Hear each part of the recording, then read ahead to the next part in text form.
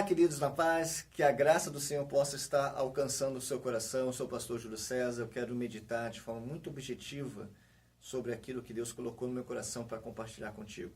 Nós vamos falar de João capítulo 2, lá em Caná da Galileia, quando Jesus, junto com seus discípulos e sua mãe, foram convidados para um casamento. E de repente, o vinho acaba. Eu quero falar quando o vinho acaba dentro do casamento. De repente, o seu casamento está vivenciando isto. Está vivenciando essa etapa com o vinho está acabando. E o vinho simboliza alegria.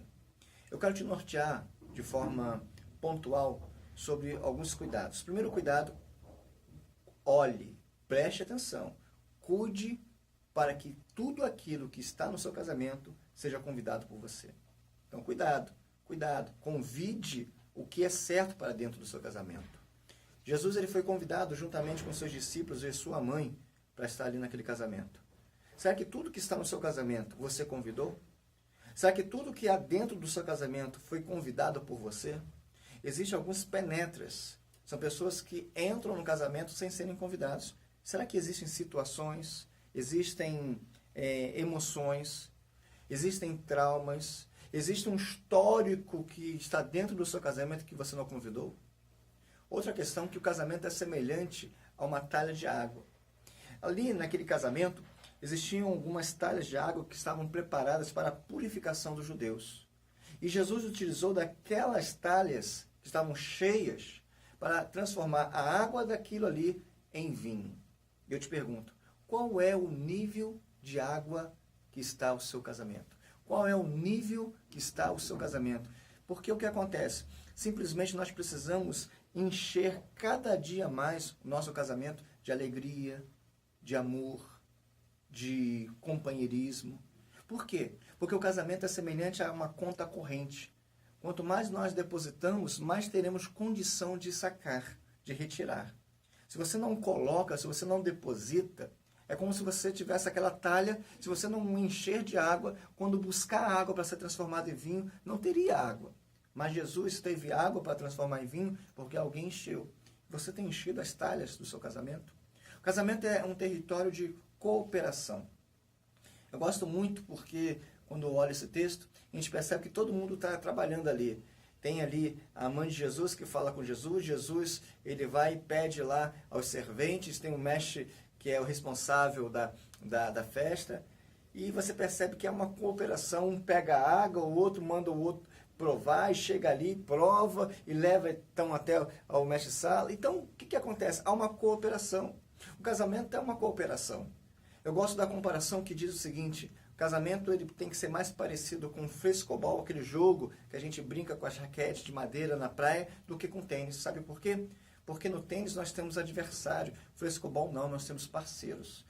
O tênis é um jogo para vencer. O frescobol é um jogo para se alegrar. O casamento tem que ser algo que é alegre.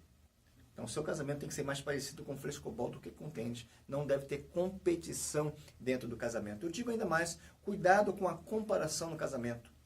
Quando o responsável da festa bebe o vinho, ele expressa o seguinte: por que deixaram para servir o vinho mais precioso, mais saboroso depois de tudo? Será que você tem que deixar para vivenciar o seu casamento somente quando estiver acabando? Não, não faça isso não. Não olhe o seu casamento como comparação. Você não tem que comparar o seu casamento com ninguém ou com outro casamento. O seu casamento é único, é perfeito.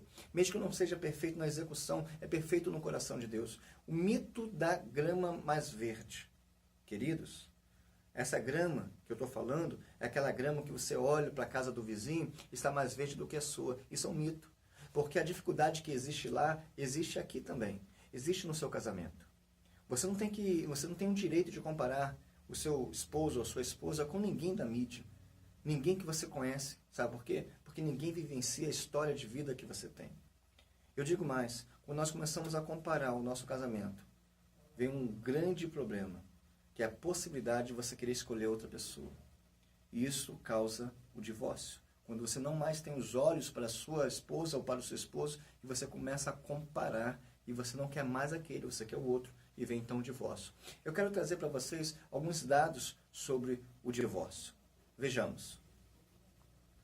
Numa pesquisa com 17 mil filhos de divorciados até a idade de 17 anos, chegou à seguinte conclusão. Para alguns filhos, o efeito do divórcio é devastador, na verdade é mais devastador do que a dor do luto de seus pais.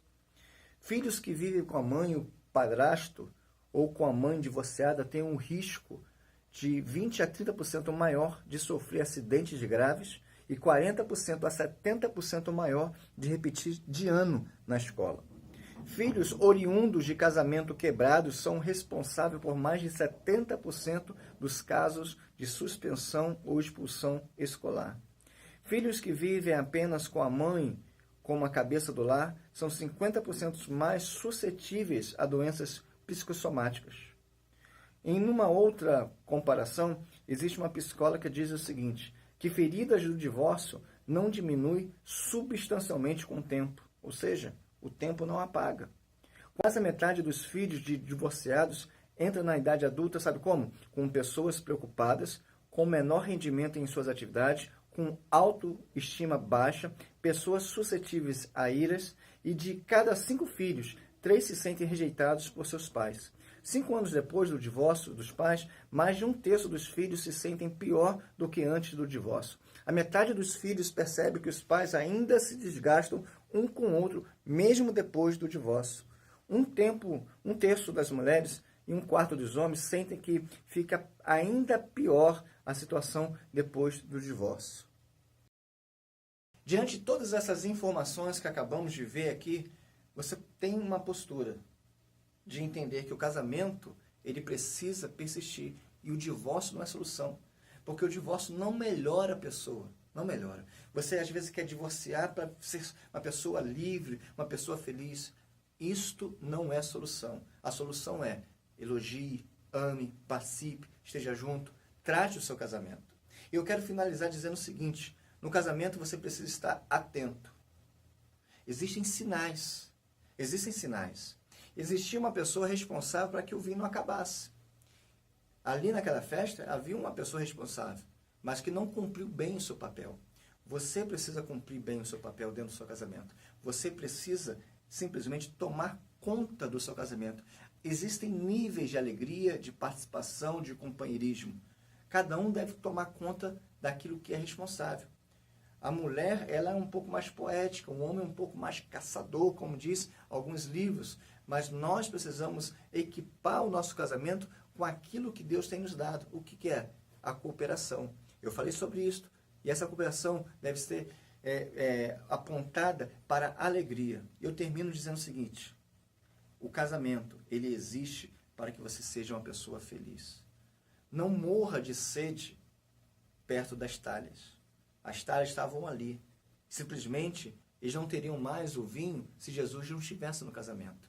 Mas Jesus, estando no casamento, ele transforma a água em vinho. E ele pode transformar a sua tristeza, o seu abatimento, seu desânimo, a sua decepção dentro do seu casamento em alegria. Nunca desista. Creia que existe um Deus que pode mudar todas as coisas. E esse Deus é o Deus do seu casamento. Deus te abençoe e fique na paz.